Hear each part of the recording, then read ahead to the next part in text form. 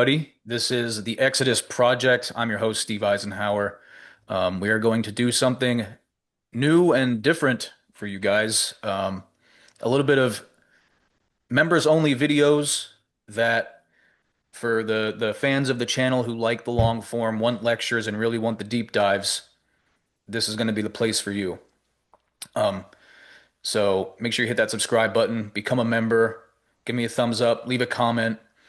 Um, and check the description for any literary or video resources you may need in the uh, in the links provided. So we have a few new guests on today, who are active in the counter missions world. Very intelligent, wonderful people who I've had the opportunity to get to know.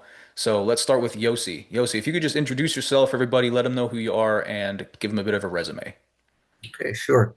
My name is Yossi Feigenbaum. I've been involved in one way or another in anti-missionary stuff for well over 40 years. Particularly getting much more involved in the last 5 or so years. I established a Hebrew language channel, One God Neged HaMisyon. That's One God at 613 if you look for us on YouTube. We're happy to have every subscriber we can get. If I can tell a short story, uh, probably about 5 years ago, I had an issue with the Ibn Ezra's commentary on Psalm 2. The Christians um, translate as kiss the sun, nashkuval pinyenaf. And I had scheduled a meeting. Rabbi Tovia Singer was coming to Israel, and I'd scheduled a meeting with him. And uh, I brought all my material, and I said, I have a real problem with the Ibn Ezra. And he gave whatever answer he gave. And I spoke to someone in our synagogue who is a professor, and he said, you really should speak to Professor Uriel Simon. Uriel Simon well, at the time, he was the head of the Bible department at Bar Ilan University, a very well-known scholar, and probably the world's number one expert on Ibn Ezra.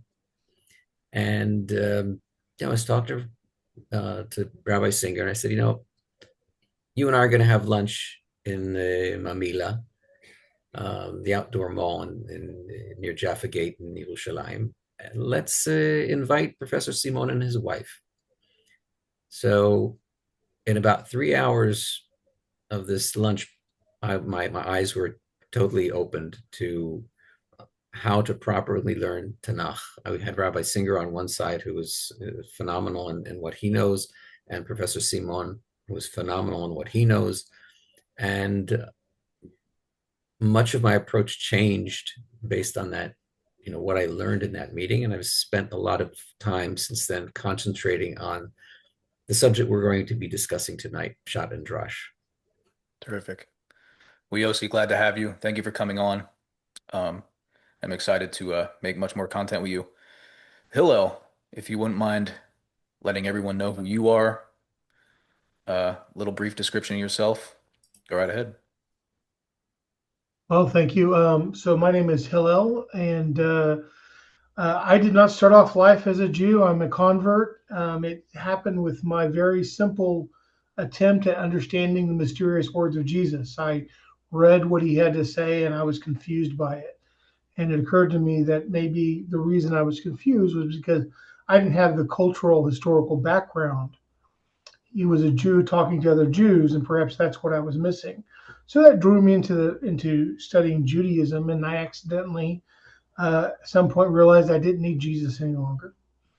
And so, just as far as my educational background, I have an undergrad degree in philosophy and a minor in religion, and I have some real world experience debating in conversations, not like debates you might see online these days, but through conversation with Christians, where I was very challenged. And it was thanks to Rabbi Singer that he helped answer a lot of the formative questions that I had. But of course, over the years, I've had to sort of figure other things out.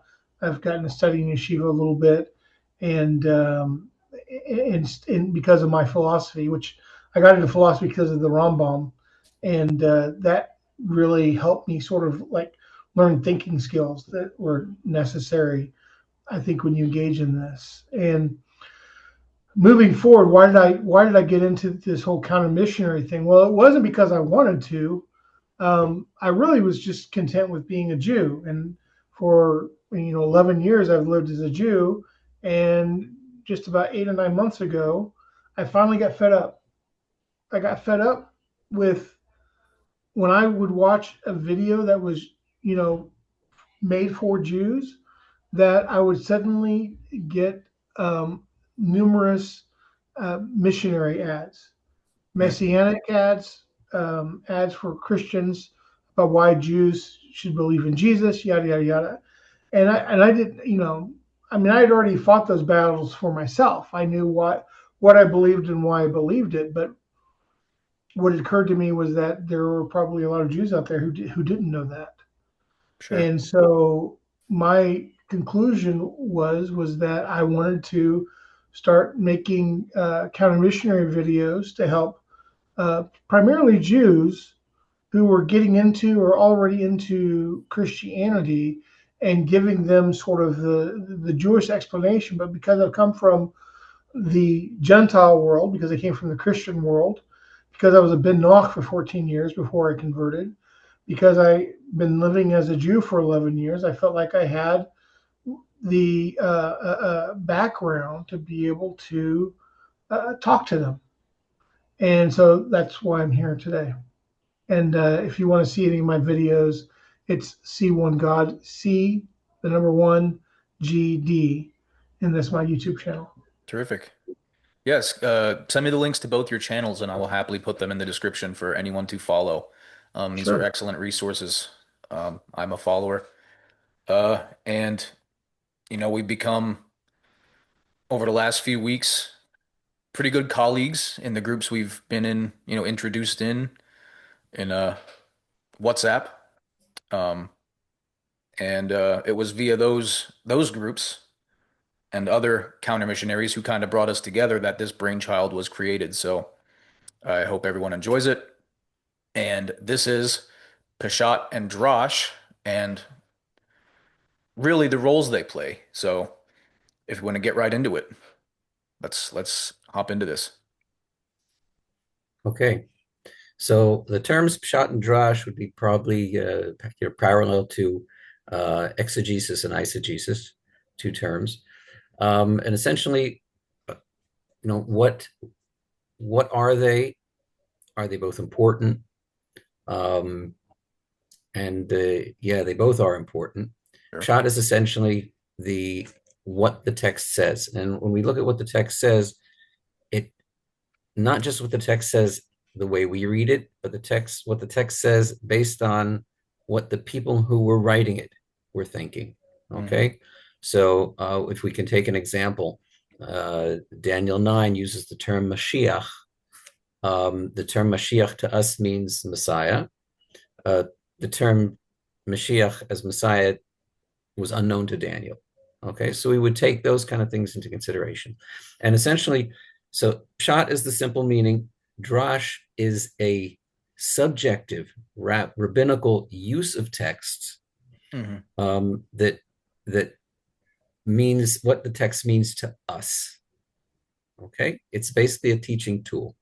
Right. If I'll be allowed to give a simple example, and this is an example that Professor Uriel Simon uses, and I like it very much.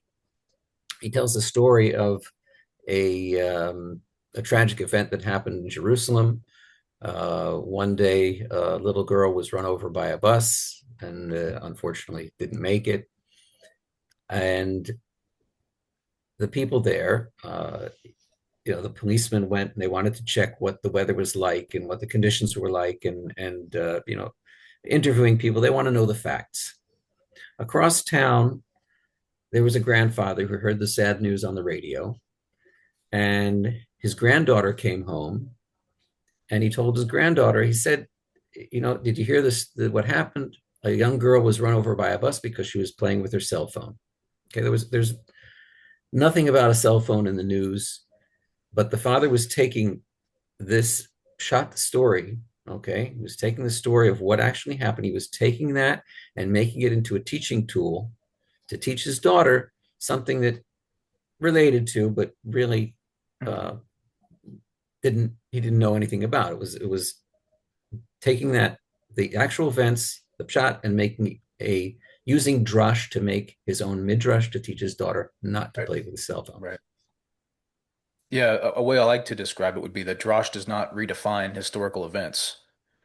Like it may draw moral lessons or typologies or symbolic parallels, but it does not change the historical or narrative meaning established by Peshat, right? So you have what does the text say versus what does the text teach?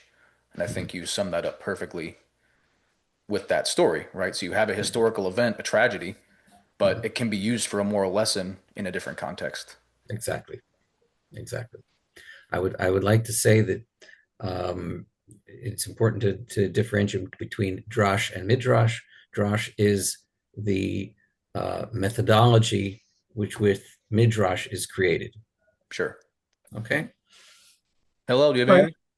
May I say one thing? So I think that it's actually pretty easy to understand. And if you've been in a church or you've been in any kind of lecture or anything, and somebody wants to illustrate a point to you, then they'll tell you a story. And just like Yossi demonstrated with the story of the father and the girl, um, you're using this a non. You could even refer to something that happened, but you're using it non-literally to drive home a point. You see this in the messages that preachers give in the Sure. church. Parables possibly. There are a lot of things that you come across this if you've got that kind of familiarity. And this is really important for people to keep in mind because I think we're going to get into this later on, and that is that if you don't understand Drash properly and you confuse it with Peshat, then what you wind up with, well, number one, you wind up with chaos because there's nothing that keeps Drash, in its place. Whereas Peshat is very much the opposite of that. It really does have a mechanics to it, and it does communicate something that is real and literal and whatever else. So I just thought I'd point that out real quick. Yeah, Professor Simone likes to say that the drash is a theological nuclear weapon. Before we do continue, I would like to say a couple things. First of all, there is Drash has wide ranges. Okay, so you will find midrashim that are essentially historical, where they fit very well in with the pshat, and it's hard to Yeah, distinguish between the pshat and the drash. right. We can use things like the story of David and David's father, okay, who thought that there's a midrash about him essentially separating himself from his wife, okay, because he thought that he was from Moab, Mhm. because his ancestors were from Ruth. And basically, that he thought that David was illegitimate, okay, which explains a lot about the whole David story. But that's a drush that sounds kind of fits. It's almost like the pshat. On the other hand, we have midrashim that are really way out there, and the third type of midrash is what we call drash halacha. Okay, so we're learning the halacha from the text, and what we're basically talking about, is this a little more way out there stuff. Okay. Mhm. Sure. And Okay. interestingly enough, Hillel, you brought it up a little bit. Um, in a Christian context, this might be something a bit more foreign to Yossi because I don't know, I'm sure you never sat in on an evangelical preaching before, right? Nope. But they do this very much with basically every story in the Tanakh. They Yeah. basically, what you could say, droshify everything. Like they will, for example, let's talk about David, just for an example, like David slaying Goliath. Like they're never going to really use that story in a literal sense. it'll basically be like, how are you going to slay the giants in your life, right? So everything that they and there's, I mean, nothing against, you know what I mean? Like it's a teaching point, as we mentioned, but this is a very real world example Mhm.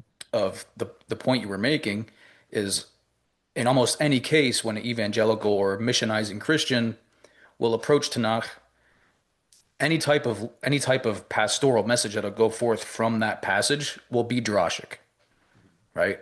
The story of David and Goliath. Like trusting in God is how you're going to overcome in life. That's going to be the Christian message, right? So does that That's a make good sense? message. That's actually a good It's a message. very good message, of course. Yeah. I'm just saying, but Yeah. it's less about study and they lean on Drash rather than Pshat, Mhm. if that makes And sense. this is where I have a problem when they pretend like they don't understand what Drash is. Hmm. Right. This is, and I'm talking about specifically in the context of Jewish and Christian conversations about the meaning of the Bible, the Tanakh, and that is that they'll take our midrashes and they'll be hyper literal about them. So you could have something that sounds absolutely ridiculous, right? And they'll go, look at this. The Jews believe these crazy things, right? And or they'll use it to attempt to prove some point about Christianity in the positive. But and when you call them on the inappropriate use on it, they go, "What are you talking about? I'm just reading what it says, like it's Pshat."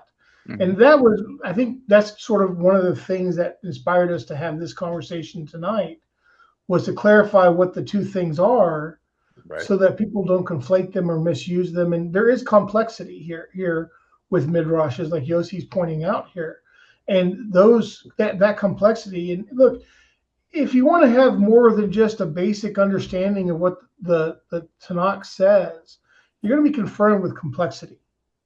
And especially from a Jewish standpoint, we deal with a lot of complexity, and that complexity is really just an attempt to understand what God is saying, what messages are there, how to interpret those into practical instances of our lives, and how we can use all of this to draw closer to God. That's ultimately the goal, I feel, is for us to draw as close to God as possible. And that's what God wants from us.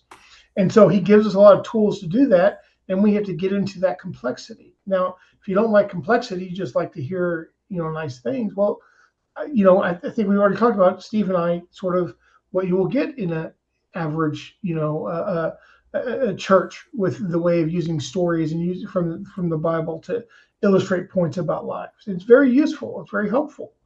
Um, and but when it comes to Peshat, now that's the thing that's really important. When it comes to our disagreements between Christians and Jews and Muslims and everybody else, anybody who uses that text, they have to know, they have to take seriously the author of those texts and what they're trying to say, not what they're trying to read into it. So, Yeah, absolutely. The thing about Midrash is it's a lot more fun yeah, than Pshat. Okay, when you study Pshat, and I'm gonna be honest with you, as many years as I've been reading the Tanakh, the Hebrew Bible, um, you know, it's I haven't just I mean I scratched the surface. It's a lot of work. yeah, When you look, there's word etymologies. There you have to go into different languages sometimes to find the meanings.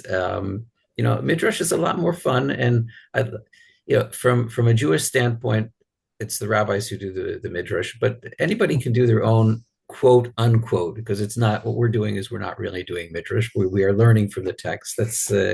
That's important. But it's fun. You get these nice stories. You get Sure. to embellish. I tell you something else that things that midrash can do that are perfectly legitimate. Okay, if you ask anybody, can you change the words of the Bible? Is it permissible?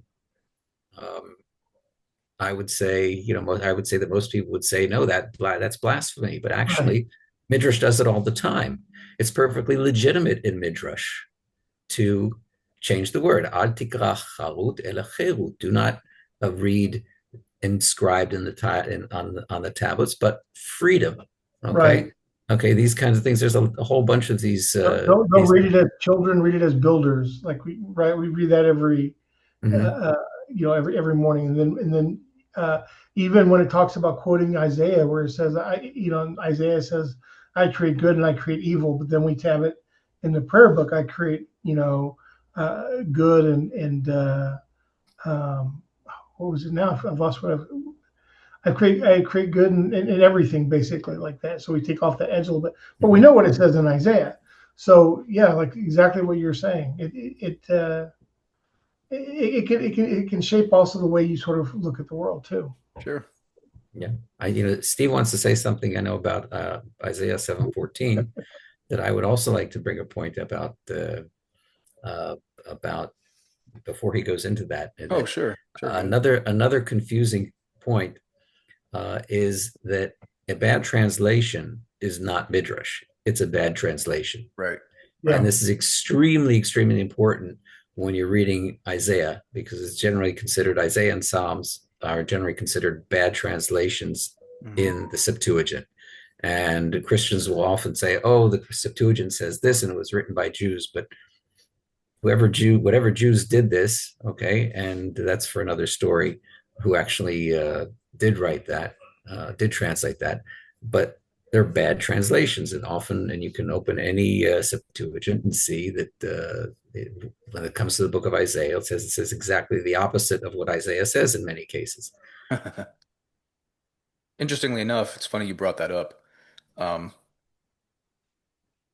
I'm very close friends with Rabbi Stuart Federer, and he kind of has a line where he says, just because a Jew wrote it doesn't make it true, right? Yeah. I Yeah, mean, the sure, Communist Manifesto was written by a Jew, right? So that sure. it's like it doesn't necessarily mean that it's holy writ. So Mhm. just because you do have Jewish translations of Isaiah that are bad translations, that doesn't make them superior to the Hebrew and the Tanakh of what Isaiah actually says, right? So on the topic of Isaiah 7 that you brought up, the word in question, obviously Alma, right? Pshat, that prophecy refers to a young woman in Isaiah's time, and a sign which is relevant to King Ahaz and the immediate political crisis, right? So if Right. you take a drash, like you use drash in this case, and you have later interpretive traditions that apply maybe a symbolic or a future oriented meaning to the verse, the main point is whatever drash is drawn, the historical referent in the Peshat cannot be erased, right? The sign must function in Isaiah's lifetime or it fails as a sign. That's the whole point, right? So just because you do draw a drashic meaning from any given passage, it's often homiletical or pedagogical, right? It's not an alternative literal meaning. These are things that are teased from the text. As you were mentioning, it's more fun, right? But you can't erase what is already there and hinge everything upon it, is really the point I wanted to get at with Isaiah 7:14. So if either of you have anything to add on that point, I think it's a pretty important one. I'd just like to interject a quote. I don't remember the exact quote, but when I was studying Greek, um, I think it goes something like this: that the amount of amazing discoveries that people find in the text is inversely proportional to their knowledge of Greek. Okay. Interesting. Yeah, and true. Actually true. Well, but also, I think one thing to keep in thought about midrash and drash is that when the rabbis are using this, for example, we'll take something like Isaiah 53, or anything where you'll find a midrash that says this is talking about the Messiah, right? It doesn't mean that this verse is literally talking about the Messiah, but what it does mean is that there's some sort of thing there that is inspirational, an inspirational connection to the Messiah, perhaps, or something that we can consider that the Messiah might behave in this way, or it gives us some sort of, like, it paints a picture for us, an illustration, using the verses of the Tanakh to paint an idea that we already have, as part of the understanding there. And with Isaiah 7:14, I'm sure you're going to get onto this. Um, The reason that we always stop on the point of the virgin and we don't go to what the sign actually is, right? The sign is actually the age of the child, not whether the woman was the Alma was a virgin or not. The reason it stops there is because that's where it stops in Matthew, Yeah. Yep. and that usage there is an example where what I get from it is that Matthew is using the technique of Drash, but trying to make it Pshat. Yeah, that's Sure. exactly the point. And Sure. I'd be honest with you, I would probably imagine that the early Christian authors, when they came out with, when they wrote this book and they did all of their eisegizing, all their drush stuff, Yeah, they might have been very surprised that the Jews rejected these things that they were doing. But the problem is, again, that taking out of context, changing the wording and saying that this is what is actually being said, which is what Christians believe today. Okay, we'll be honest with you. Christians believe that Isaiah 7:14 is speaking about the Virgin. They believe that Isaiah 53 is speaking about Jesus. And they don't even they cannot even comprehend that Isaiah 53 has a context that's very different Sure. from they're out of context. Well, I think something to consider is, and let's be honest, the New Testament is written in Greek. There are dissenters saying otherwise with some books, but I mean, let's just be real. It's Mhm. written in Greek. Um, and if they were approaching it with a Greek mindset, let's think about anything written down, whether it be Homer, so on and so forth, religious. So much of that is Drashic. Think about Mhm. basically all of the Greek stories. I don't think anyone would approach any of that literally, especially in the first century.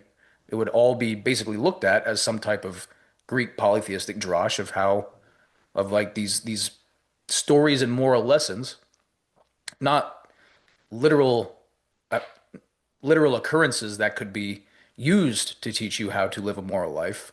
So I think when you see, as you were mentioning, so much drash in the New Testament, I think it's because you are coming from a worldview that's how their religious stories or texts, whatever you want to say, that's how they're always approached, right? So you're kind of imposing the Greek worldview and how you ingest and interpret texts is being imposed onto the Hebrew Bible, which has a very important peshat. These things can't be ignored, but now you're approaching it only drashically, right?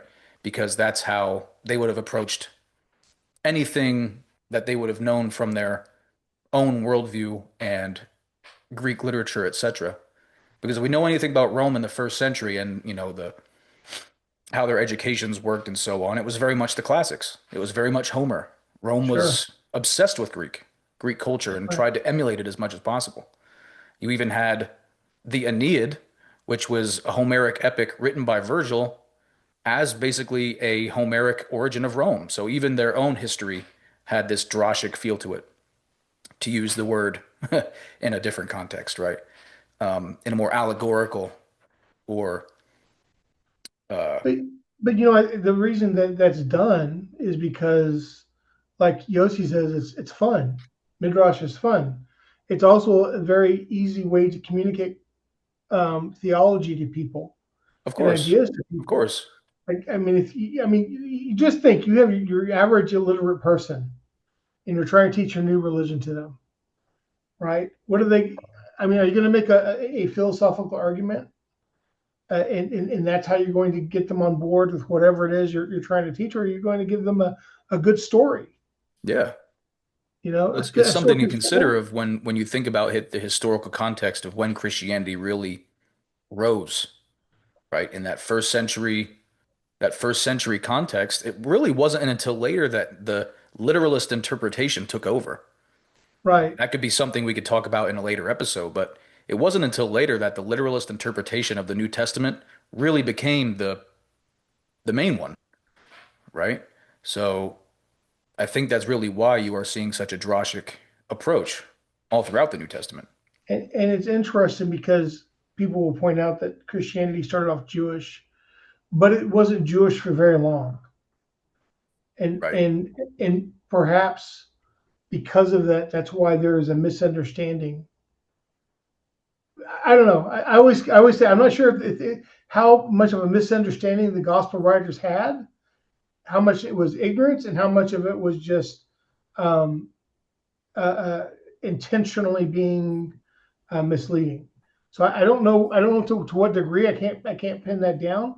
But at the very least, it's a very effective way of teaching, communicating ideas. But it's interesting that you stop in Isaiah 7:14 with a Sure. virgin birth. That's not a Jewish thing. Sure. I mean, this is That's purely not just a my Jewish thing, opinion. huh? This is purely just my opinion, but Yeah, I would say that the movement was already non-Jewish by the time you get any writings. Like, I don't think the Ebionite community were writing things that they were expecting to add to the Bible. sure. Does that make sense? No, I mean, well, even Paul and others talked about the scriptures. They were talking about the Tanakh. They weren't Yeah, talking about what they were writing. So for sure. But the point is that the Ebionite community, which I believe was early Christianity. I think that was the early church, the Church of Jesus. Um, they were Jewish, and they were typically more restrained in yeah, the things they would say. sure. Um, uh, I think they're more like Unitarian, I guess. I don't know. It's sort of their thoughts or approaches Of to course. all this. Of course. I mean, But even the Epistle of James says that true religion is taking care of the orphan and widow. So there are right, very Jewish themes in what seems to be that book. That's why a lot, like even Luther, put it at the end in small font. He didn't even want it in the Bible. So, right, and it's always been a controversial edition. But the whole thing there is that um, why stop on the virgin birth, and why focus on something that's clearly not Jewish? And sure. this happens in other areas in the New Testament as well. Is that we stop and we focus on things that are not Jewish, and so what I would say is that is a demonstration of the pagan influence, the Hmm. Hellenization that we can debate whether or not any of the Gospels were written in Hebrew or Greek, but certainly whoever wrote it was Hellenized. Definitely. Of course. So Yeah, I would um, put it to you. I was having a kind of lost my train of thought here, but that in general, um, and I don't want to do too much generalization, but I have to do right, this. That almost all the Christians that I've ever spoken to um, uh, give importance to the Tanakh, what they call the Old Testament, only to prove Jesus. Of course. right. Okay, yeah, 100%. yeah, Absolutely. and I'm kind of wondering also is how they got to this basically an inability. They're so indoctrinated with what they consider their pshat, which is we've already defined it as a kind of Christian drash. Um, how they're how come they're so unable to see, you know, when people like us who are looking at the pshat reading, it's flabbergasting to me, how they got to that. Well, I can give you a couple of answers on that just from experience. Sure. The first thing is that, for example, when I was going back when I was going on this journey trying to understand what Jesus was saying, I decided I needed to rededicate my life to God, and so I went and got rebaptized. All the times I got baptized as a kid, where I did it because I wanted to play in the water, those didn't count. So I had to get the serious thing done. And when I asked them next step, what's the next thing I need to do in order to become a good Christian? They said you need to start reading the Bible. I go, great. I'll start in Genesis. No, no, no. Right? You start in Matthew, Mark, Luke, John. Right? You Yep. start there, and you read from there. And I've heard other Christians online. This is not uncommon advice. It's pretty standard advice Oh, yeah. that This you is you you across you the board. start with the New Testament. You have mastery over that. Once you understand what the New Testament is saying, then when you go back and read the Tanakh, then everything will be clear to you. Mhm. I then mean, you'll let's see those origins from the very beginning, and sure. that is the kind of brainwashing that you go through, Well, right? To take you to it. Yeah, besides that, you're thinking in a post-Reformation world, which we're accustomed to, sure, or of basically course, the 1500 years prior to that, the church dominated history and told people what to believe, right? right. So Well, because people were illiterate of Latin, they weren't. It was everything was in the hand of the priest. The priests were the one who gave interpretations and things like sure, that. I have friends who are Catholics in Louisiana, right? So Louisiana is so ingrained with Catholicism. I live in Pennsylvania. We have counties, right? Do you know what they have in Louisiana? They have parishes. Oh, So the Catholic world, French Catholic world, is obviously where it came from, Sure. but so yeah, ingrained in Louisiana, and he told me that even when he was a kid growing up in the Catholic Church, they still didn't have access. Like you couldn't just go to your local Catholic church and get a Bible. The priest was still the one who gate kept right, Bible and told you what it said, right, right? Of course, the Reformation and the many denominations that came from that have opened up biblical scholarship in a major way. But think about most of the Christians you two, myself included, maybe, are encountering online. For example, like the Shamoons or the Michael Browns or all these jokers. They are not only making money, but their shtick is to make up arguments. They are not your typical Sunday pastor, not your typical Christian, right? These right, guys are just sitting at home thinking of how they can argue with Jews or Muslims or whatever. Your typical Sunday Christian is showing up on a Sunday, hearing what the pastor said, maybe reading the one passage he's, preaching from, and then they're going home Monday through Saturday, dealing with their kids, their job, their spouse, like any other person, and not digging in and studying, right? So Yossi, when you say, I don't understand like how a lot of these people can, see these videos and so on and so forth, it's inconvenient to them, to be quite honest with you. And at the end of the day, Christians love Jesus, right? You They have the fond memories ingrained, their euphoria of every night getting kissed by mommy saying Jesus loves you. well, the threat of the endless lake of fire, I And think, that's another major one. Of course. it helps as has an well. impact. Yeah, yeah, But if you want to get a good idea of sort of the mindset of the love of Jesus, I think what is it called? It's the one with Will Ferrell in it. He's a race car driver. Is Hmm. Mhm. that Talladega Nights or something like that? Talladega Or Nights. Yep. right. So in that movie, so Will Ferrell loves Jesus, but especially little baby Jesus. Yeah. So he's always praying to little baby Jesus. And Yep. he grew up. What do you call it? He goes, I can pray to him, whichever age I want to. Anyway, And so I've yeah, made this point before, especially about ministerial positions. I think a lot of them, I think a lot of them do actually agree with you, Yossi. I think a lot of them agree with us. But if you're making substantial money doing what you're doing and yeah. have really no marketable skill outside of that, are you going to Sure. leave your family hungry just Yeah, to, I've heard that. well, I'll tell you, my father-in-law I mean, it's gave just it an up. angle. I truly believe it, Yeah, though. I truly believe a lot of people would be down the tubes financially they if they would for sure. actually gave into their suspicions, you know?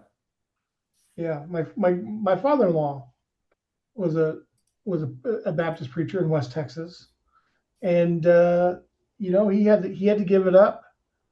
That's what he had trained. He'd gone to seminary, right? Mhm. And but at the end of the day, what happened was when what he learned in seminary didn't match with what he was reading in the Bible. Then he decided that he's an honest person. He cares about God and cares about serving God. So he became a Ben Noah. You know. Wow. Yes, that doesn't say that there aren't a lot of good people, and in who are Christians. That No, of yeah, there's a Sure. lot of good. I've known But him. Yeah. course it's Yeah. not. there's a comfort zone. Yes. If we go back to Pshat and Drash, and this is what they learned. This is how they Hmm. And if you go into the rigid, it's rigorous. I wouldn't say rigid, but Pshat is rigid, is what's the word I used? Rigorous. Rigorous. Yeah, Yeah. you have to know languages. You have to, let's one of the things I say all the time. Um, when I have these, the Christians will say whatever they'll say, and I'll say the Bible doesn't care what you say. It doesn't care what I say. Right. Right. We have to take the Bible at its word, Yes. and that's basically the meaning of reading Pshat. Right. Okay, Right. that's the thing. I have to take myself out of the book objectively to be objective. And And Yossi, if I could give another example of a Peshat that's, spun drashically. In Paul's writings, there's one that's very, very explicit. A lot of people bring it up. Deuteronomy 25:4. Do not muzzle an ox while it threshes. Uh, Paul brings that has nothing to do with oxen. Does God care about oxen? Of course not. It means that you have to pay the preacher, right? So I've heard that argued that it's simply just Paul using drosh. But in Judaism, you have a drosh on that passage also, that it extends to human laborers as well. Like a human worker can eat while he's working, right? So what you're really having is it's not nullifying that the oxen shouldn't be muzzled. That's, of course, still the point of the passage. So that's how you can juxtapose drosh versus what Paul does, right? For anyone who might say this is just Pauline drosh, no. He's outright saying God doesn't care about oxen. This has nothing to do with that. This is simply about yeah, paying the missionary. Yeah. Whereas Drash says this is important, otherwise, why would it be in the Torah? But it has something you can morally take from it, which would right? be a It's drush. not creating a new literal meaning. It would be a midrash halacha, which you're learning another Right. Exactly. halacha from. Yeah, Yep. that's a type Exactly. of absolutely. But Paul's antinomian, and so that his midrashic response there is also antinomian. Like to say, well, God doesn't care about this. And ironically, I hear this from a lot of people flirting with atheism and agnosticism, and all the very liberal versions of religion, not just Christianity or Judaism. The ones who get is that, does God really care about you doing X? Well, if he didn't care, why would he put it into his book Right. if it wasn't important? If it wasn't important, and so that's where is what you're really saying is, I don't care about that, Yeah. and because I don't care about that, I don't think I should keep it. And Paul being hostile to the law, generally speaking, of course, he doesn't think anybody has to keep that. Right. And so then he weaves his midrash in that direction, and that's the, and again that, I mean, but is that that what it that is? Because he's simply just saying, forget that. It's so you pay me money. yeah. Well, you're talking about the whole pass the hat, theology.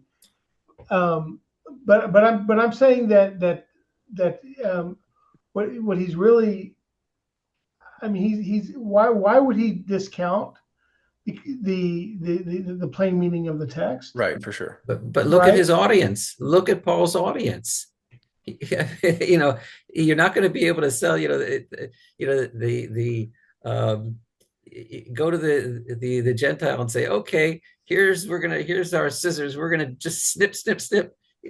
For crying out loud, his audience is not going to accept that. And Yeah. if you're trying to sell this religion, this new religion that he has just created, you're not gonna, they eat pig. You're not gonna say you can't eat pig. Right. You got I to mean, know I'm your a pig audience. farmer, right? Yeah. So of course he had to go against what the Torah says and teach. It had to be that way. Yep. So are you? Now maybe this is getting us a little off of our primary subject. So are you suggesting that Paul's antinomianism is not so much because he was himself antinomian, but because he recognized that his audience, Gentiles, were just never going to accept that? Who are What's you his? asking? I would, yeah, it appears that way. It certainly appears that way. I think it's Okay. both. I think he himself was antinomian in the Okay. respect. Well, interestingly enough, he's nomian when it benefits him. So Okay. I think he was simply just willing to play whatever card to whichever audience. I think Paul in some contexts, because if you're writing epistles, that means you're writing to Greeks who can read, which means you're not writing to Right. the ones who are farming anyway. So Yeah. he's always listed with elites, right? So Paul's I think Paul's main worry was Paul. What can Paul say to get set up the best in whatever community he's with? That's just my personal opinion. Yeah, but again, he's not going to a Jewish community. I mean, when he comes back Right. to Jerusalem, yeah, I don't remember where I read this, but the early church considered him an incarnation of Bilam Rasha, Balaam, Hmm. the wicked Balaam. Yep. Okay, uh, because of what he was teaching and what he was doing. Yep. You probably read So that let's in the keep, I Clementines. don't so, remember so where we I should read probably get it. back to the Pshat versus Drash, because I feel like we're saying some interesting things, but maybe we're sort of going a little too far Yeah, afield. I was really just trying to show the difference between actual Drash and what you find in Paul's letters. Or we'd say a legitimate drash and an illegitimate drash. Would Hmm. how much time do we have left? So you Uh, we can keep going. It's fine. Just take your okay, time. okay. Because at some point I would like to do a summary, um, but we can keep talking until then. No, I mean, hey, if you guys still have stuff to add, by all means. I can talk forever. I mean, it's anyway. Excuse me. So what I would like to do is go down the basics, basically an outline. I do have an outline here on the side about uh, the determining the boundaries. So um, I'm looking at the worksheet. I don't know if you could probably put that up with the video uh, whenever you Actually, I mean, if you have do it it. on your computer, you can put it up. You have. No, You just share the screen. I can share the screen, but as Yep. well as that, Yeah, yeah. okay, Yep. You how do both I have do the this? ability to share your screens on here. Yeah, okay. Except there you go, share the screen. But I would say put it up with the video. Yeah, when you share your screen, it'll record it. It'll be up on the video. Okay, I was going to Yeah. say keep it as add it as a separate file as well. I can do that as Okay, well. Yeah, I can copy it in the description. okay. So do you see the screen? Okay, There it is. Yep. Hmm. okay. So essentially, we have this Pshat versus Drash, and what's the initial aim? Okay, so the initial aim of Pshat is to understand what God is saying. Okay, interpret simply and receive a reward, the foundational spiritual life in Israel. As opposed to Drash, is to fulfill the word of God and respond to demands upon us, which is halachic and spiritual. Okay, the fundamental assumption is that what we said at the beginning is that Scripture is speaking in language in its language, Yeah. um, and that the biblical text is has its own autonomy and it does not depend on as what I said, doesn't care what you think and it doesn't care what I think. We have to Hmm. take it as at its terms. Um, Here we have the 70 faces of the Torah. That is a very basic statement of the rabbis that there's all kinds of different interpretations. I'm sure that you're familiar with, and quite a few of our viewers are familiar with the idea of pardes. Hmm. Okay, so there are all these kinds of different interpretations, and they're all valid. Okay, even though they may totally contradict what the actual text says. They're So valid in their context. yeah, in their own context. Right. Like sod wouldn't be valid when you're looking for Drash, or when you're looking Look for for Pshat, uh, correct. Pshat. Right. Correct. Okay. Yeah. And if we look at the method, inductive, rigorous, consistent, philological, and rational. Okay, we're very interested in philology, right? Is that how you say it? Okay, how the words are meant, what the words are actually meant in the time that they were written. Okay, we touched on that with the Daniel 9 example of Mashiach.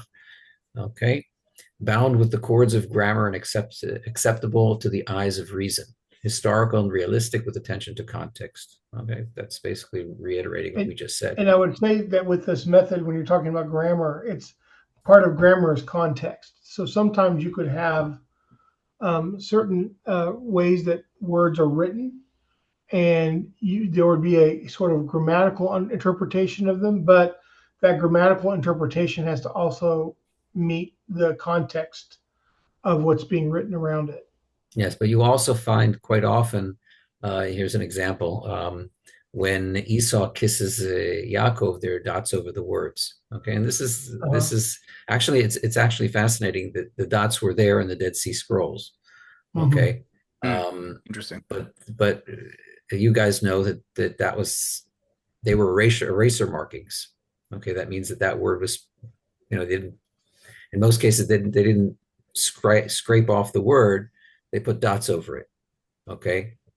This is like you find it in Greek texts, you find it in Hebrew texts.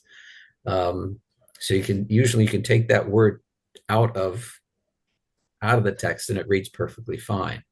But as we all know, that the commentators say that Esau wanted to, instead of kiss Jacob, he wanted to bite him. So that they're making a drash out of erasure markings, basically.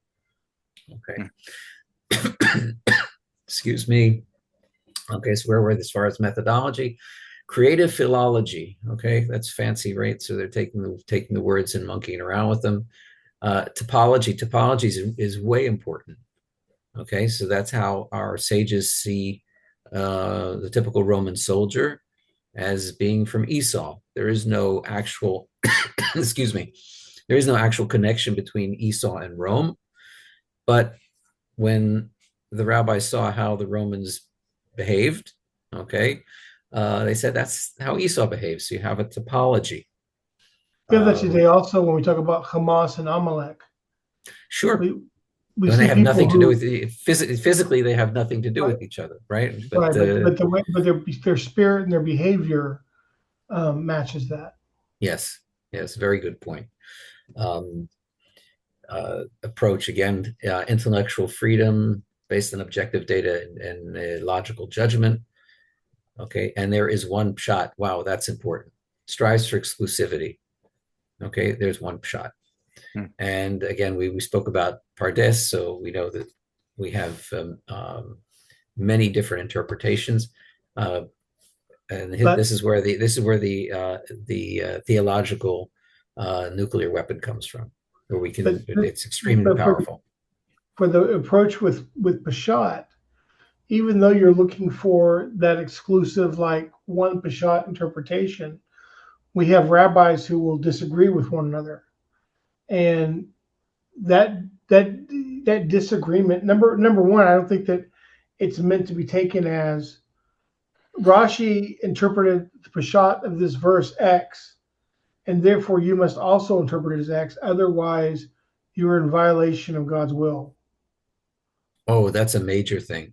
If people do not understand that Rashi, they'll say that Rashi is Pshat or Rashi is Pshuto, but Rashi is essentially Pshat according to Chazal.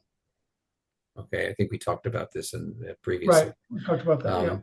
Rashi was phenomenal. Okay, our understanding of Talmud, how would we understand Talmud without Rashi? But on the other hand, is we have to avoid being tied down by Rashi. Sure. Okay, there are other commentators. We have a saying in Israel or in Hebrew that says, Roshi lifnei Rashi, that my head, right, my thought before Rashi. First, you have to try and understand the text, and then you can go to Rashi, and you can go to Radak, and you can go to the Malbim, and you can go and you can go to Dat Mikra.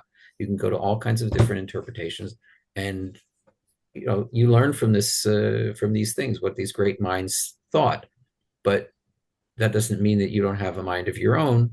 Sure. And when you have to be very respectful about it, but there's some things that you can't. I can't agree with Rashi. Okay. And I'm not Ibn Ezra, right? Who can disagree? Right. I can say and I'm just a little Yossi. But there are things you see in there. Rashi never went to the city of David.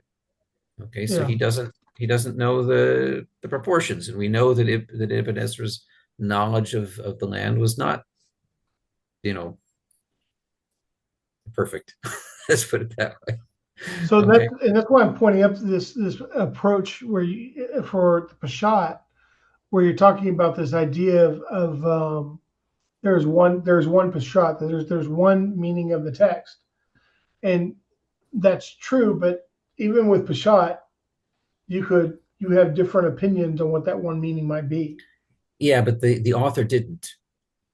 And what Right, we're trying, exactly. what we're Right, trying to do is to get to what the author said, and because exactly. there are words that are questionable, and because we don't live at that time, and we don't have the concepts. We live in the 21st century. We're used to, we've got all these There's centuries. anachronisms and things like Yeah, that. yeah, yeah. So Yeah, we don't, so distilling to getting to that absolute meaning that's is the is goal. not an easy test. That's the absolute goal. That's Okay, the absolute goal. what he meant, striving for that single meeting, you know, when the text was written. Right, and the only distinction though is that uh, having a different perspective from Rashi is not sinful. It's important to Right, understand that, but a right. lot of people would be not willing to say that. The reason I point this out, and that is because a lot of times I think we're maligned. People claim that we Jews um, we only say what the rabbis say, right? It's whatever Rashi says. That's what we think because we only think according to the way Rashi thinks, or even Ezra, or whoever else. But the truth of the matter is, Judaism functionally, when we talk about listening to the rabbis, we're talking about halakha. That's what we're really talking about Jewish when it law. comes to, huh? Jewish law, Yeah, yeah. Jewish law, right? That's where we do say, okay, look, the Sanhedrin had decided on this point. Our communities have decided on this point based through our development over the ages. That's a different thing from saying that Jews, because Rashi said something, that's it. There's nothing else that can be said. Hmm. Recognizing, as Yossi keeps pointing out, however, that there is one Pshat.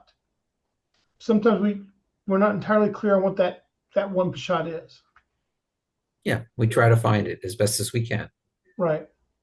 you know and it's an accomplishment when you're able to find something. I've had a few eureka moments on my own when you when you Right. when you Definitely. notice things in the text that you don't find in the commentaries, but they're right there in the text. And they Well, may I'm sure they would realize that maybe they didn't consider these things as important as I do, but I'll tell you, there was one that uh, realization I came upon that a commentator did comment on it. I just didn't know mhm. for a long time, for many years, and that was that I came to the conclusion that if I'm just looking at like the Pshat of the text, and I'll define that as the simple meaning of the text, using only the text to interpret what's going on um, in the context of Genesis 1:26, let us make man in our image, as to who that us is. After reading that many, many times, I came to the conclusion the us must involve the earth. Sure. Mm-hmm. Yeah. Okay. Now, I didn't realize that this had been said. This was in the Ramban's Yeah, that's the Ramban. Yeah. commentary, and then he got that from Rav Kamichi, David Kamichi, Kimchi. Kimchi. I always call him Kimchi. Kamichi. Kimchi. Kimchi. David Kimchi. He actually got it from him, and so, but that that was go ahead. that would be the Radak. Right. The Radak Right. is Rabbi David Kimchi. Yeah. Right. And that was an example where I arrived at the correct conclusion, or Mm-hmm. Mhm. you know, but I didn't realize it. And the correct, Very it cute. was there, right? I arrived at it on my own. Sure. So And so you talk about a eureka moment. That's a eureka moment for me because I remember sure. when I finally did discover it, I was like, oh, I'm not making it up. Yeah. Actually, in my first book, the Christian coloring book, uh, which is basically just, 5 pages allotted to each major Christian apologetic, right? Mhm. Mhm. And in that chapter, that's the first one I do, the little mini chapters. The first one is Let Us Make Man. And I actually go through Genesis 1 in order and Mhm. show that the whole time God is either speaking to the earth or the water or the Right. sky, right? Mhm. So then when he Yes. gets to let us contextually, because of what came before, that's what it has to be, right? Right. Especially And when it you says, consider go, what humans are made out of, then I quote Ad, Ecclesiastes that you Yeah, Adam we're have mina the named after Adama. that stuff. body and the spirit, Adam, right? Exactly. Adam mina Adama. Hmm. Right. Adam comes from Adama. Right. And it's like That's exactly. self-evident. Hmm. And the fact that so many people just glaze over that because of the word us there um, is it's honestly Yeah. it's sad, honestly. Um, the Christianity I came from wasn't Trinitarian, so Hmm. I really never had a problem with that verse. Uh, but when I got into this space and Trinitarianism is obviously the most prevalent, I felt Yeah. it as something I needed to address. But even as a Christian, we understood that it wasn't a Trinitarian verse. Uh, Growing up, I just understood it as he was talking to the whole heavenly host. So, which I think Hmm. Rashi brings also. Yes. Oh, Rashi brings it. Yeah. Yeah. Yeah. They're the three explanations I know of. Or that it's the royal we is the third one, and that does Yeah, appear in several other cases in I think what Genesis Lavan says. Genesis Lavan 11, I says, think it appears in also. yeah, yeah, yeah, yeah. So yeah, okay, and let's just do the last note Yeah. Right. here. As far as textual text and evaluation, the reliability, we're looking for methodological soundness. Okay, plausible. I don't know what he meant by illuminating power and meaningfulness, regardless of who was saying it. We have to accept it again, the Bible on its terms, not on What- our terms. And Drash, which column are you in? Which row? I'm in the sixth row. Test Oh, and you okay? evaluation. Oh, Yeah, I think we could skipped a couple of things. I don't think so. I think we did motivation. We're We looking for did. maximum objectivity. We did. Yeah. Oh, okay. All right. Okay. And as far as Drash, this says it all: poetic truth as opposed to truth, intellectual richness, spiritual validity. Hmm. Okay, we're accepting the spiritual authority of those who taught Rashi, Radak, Ramban, and all the others. Okay, Right. all the legitimate others. So that's But I basically think the I think outline. at the most at the pinnacle, we need to use the Bible to interpret the Bible. For example, so many Christians approach Isaiah Hmm. without the historical context of that everything Isaiah is talking about is also in Kings. Hmm. Yeah. So when you get to Yes. like Isaiah 7 and they're Hmm. just reading it in a vacuum of, okay, well, this is what Isaiah said. But Isaiah is approaching historical events that are also recorded in a more prose manner in Kings. So when it comes to the more poetic prophets, those things are also going to be recorded in the less poetic, more prose books of, Shmuel, Kings, Divrei Hayamim, right? So Hmm. if we approach these things from those angles as well, because you have test and evaluation. So I'm really saying, here's the test, and this is how you evaluate it. The Pshat will have to, like, the test is, does the Pshat in Isaiah match the Pshat in Kings if it's a parallel event and context? And then you evaluate it going forward, right? Hmm.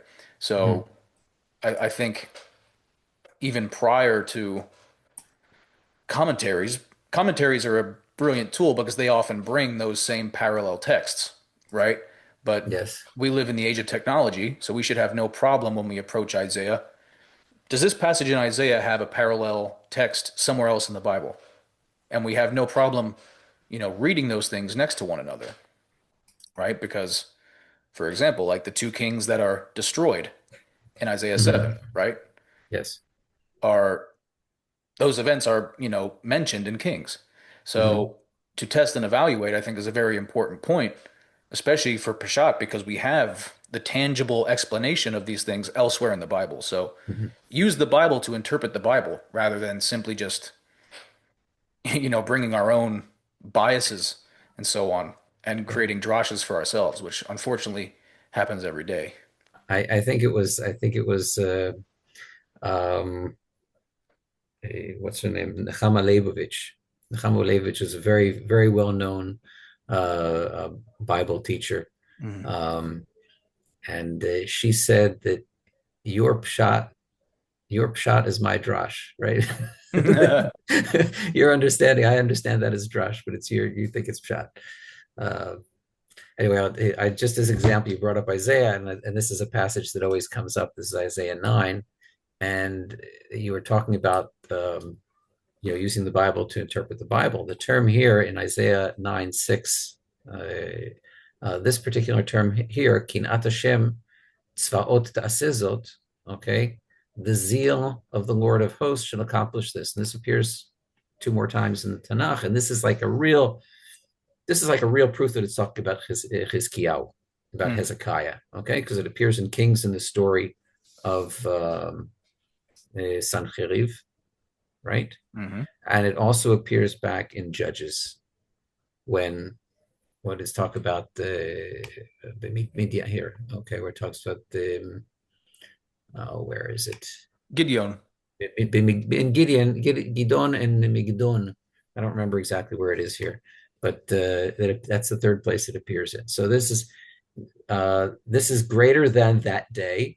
Yes. Okay, this is obviously a reference to that day, Yep. Gidon, and we have the parallel in Kings. What's very interesting is I just recently did a video on Isaiah 9, Hmm. um, and how quite often Isaiah is compared. I mean, it's even explicit, not just in what you brought here, but Hmm. it's often explicit that what happened for Hizkiyahu is compared to Hmm. Gidon, right? Sure. So you right here, you just have a second example of it. It's Hmm. funny that you bring that up because I actually just made a video about it just the other day. Hmm. It just came out just the other day titled Hezekiah. Well, So everyone check that out. It's only 5 minutes for you people who don't have a long attention span for hour-long videos like this, right? But um, I'm trying to think. It's explicitly worded that what happens to Sanherib's army hmm. is greater than that in the day of Midian, talking Hmm. about when Gidon when the miracle happened and they all killed each other, Yes. Yeah. right? Right. So it's very often compared. So I'm Hmm. glad you brought this because that's another very important point that Hezekiah right there. It's Yeah. 3 verses prior. Yeah. Yeah. So um yeah, very very כן. important point. הסברנו שכמו שבט ניגש החיטותה Yom כיום Kippur. מדיין. כן. Yeah, Kiyomidian. Exactly. That's s- a very important thing. Unfortunately, I think on the topic of Drash Pshat, sadly, I think Christians often use the ambiguous to interpret the unambiguous, Mhm. where it should be the opposite, right? For example, who are we talking about in this passage, right? Well, we Yeah. first have to approach it with, well, when does Isaiah live, and what's the context of the chapters around? Well, Mhm. Ahaz. Okay. Um, so we now have an idea of around when we're talking. Mhm. Hezekiah is Ahaz's son, so it's not too far off historically, contextually, right? Um, so we need to use the unambiguous to interpret the ambiguous, right? Mhm. So when we have, like the day of Midian, that's unambiguously talking about Gidon. Gidon.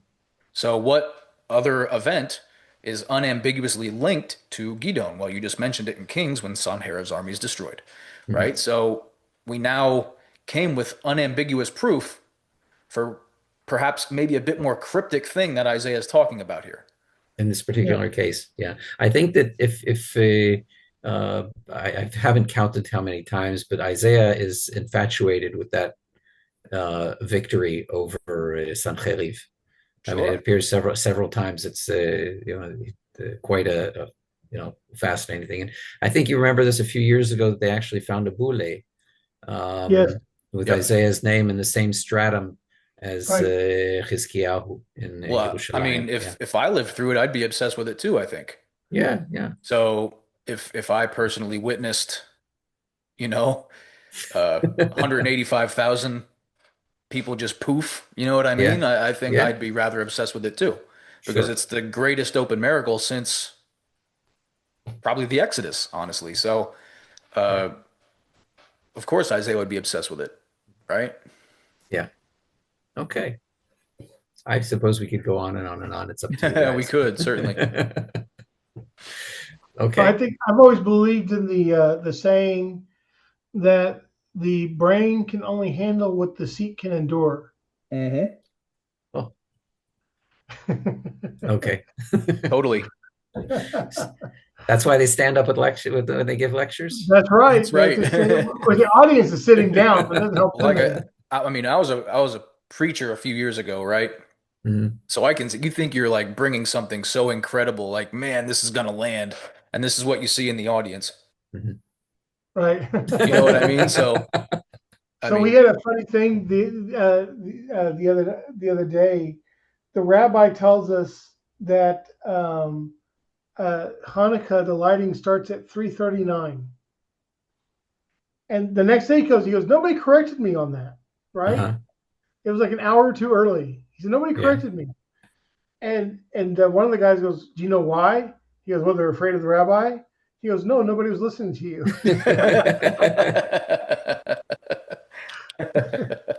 Yeah, that reminds me of the story of this guy, a simple Jew, a rabbi, and a cantor um, get shipwrecked on a desert island with some cannibals, and the cannibals tell him, so we're going to eat you all in the end, but we are what's the word? We're talbuti. Help me out. We are cultured.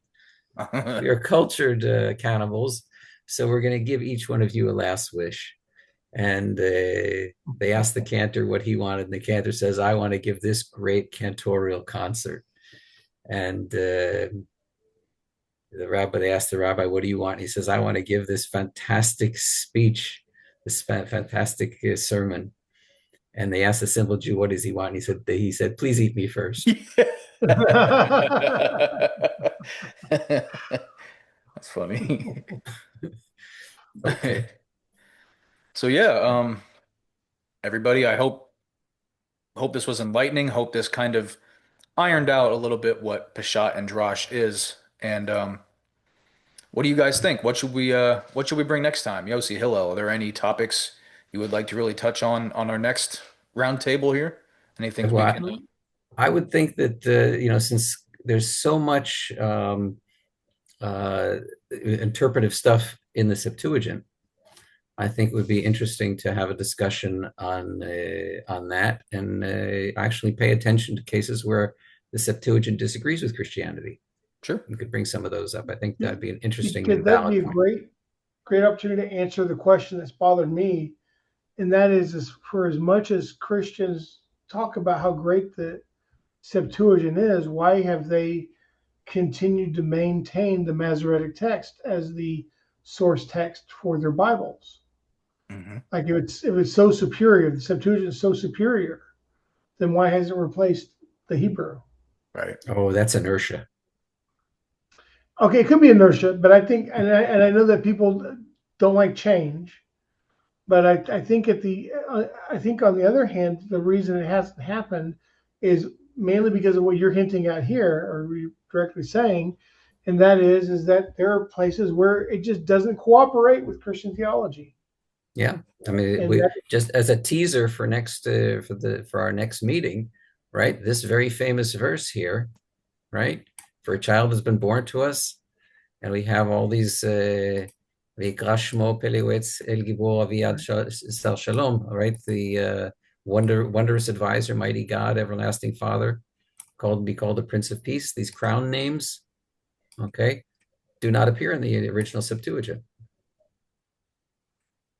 What do you do? Mhm. That's a teaser. I think we did a good job covering the Pshat and Drash, and I'd No, be I think we interested to did. see I think we people's did. questions. Be happy Yeah, to answer them. Yeah, everybody, like, this is going to like members for the channel. Please, please, please, you have uninhibited access to anything dropped. You get it early before it actually comes out to the public. These more long forms are going to maintain or are going to remain members only for a good bit longer because you're I'm very grateful you are willing to actually give me 99 cents. So it doesn't sound like a lot, but it's your hard-earned money. You are willing to, become a member of the channel. You deserve perks. So this more long-form content, which I know a lot of you guys love, you've been asking me when I'm coming back, when I'm going to show my face again, right? Well, here it is. So leave questions, give us topics. We are happy to take an hour 20 minutes, an hour and a half, and really delve into these things for you.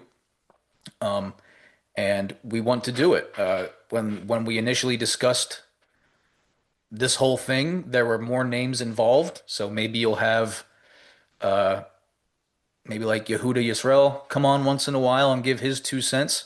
But moving forward, the three of us are really going to bring our respective expertise on things and really just tease out like we did today on Drash versus Pshat, and we brought different examples, and we even brought how different authors in the New Testament utilize these things, whether it be correctly or incorrectly or for their own gains. But in that regard, please leave us comments, ask us questions, give us topics to cover, and we will happily incorporate them into these long form roundtables for you guys. And hopefully it teaches you something, you get some value out of it, and you can move forward in your own personal um, walk, I guess you would say, in really digging into God's word and understanding it for what it is. So Yossi, thank you so much. Thank you for bringing the outline and kind of taking the lead on that.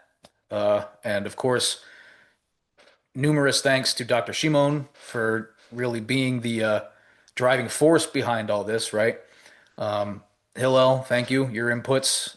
You and I talk a lot off air. Um, Consider you both my friends, and I'm very thankful for you both and excited to move forward making this content with you guys. I think it's going to be great. Of Thanks for having me. course. yeah. Thanks for having me too, and I've enjoyed it. Yes, Okay. yes. Wish And everybody a happy Hanukkah. Hanukkah Sameach. thank you. Hanukkah Sameach. And everybody, please, please, please check out these two guys' channels.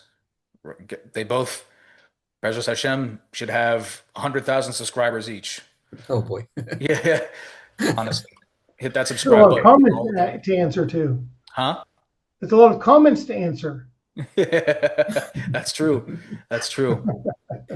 Very good. But yes, they're Okay. valued resources. Thank you guys. As always, I'm Steve All the Eisenhower. best. This was the Exodus Project. We'll see you next time, everybody. Go to.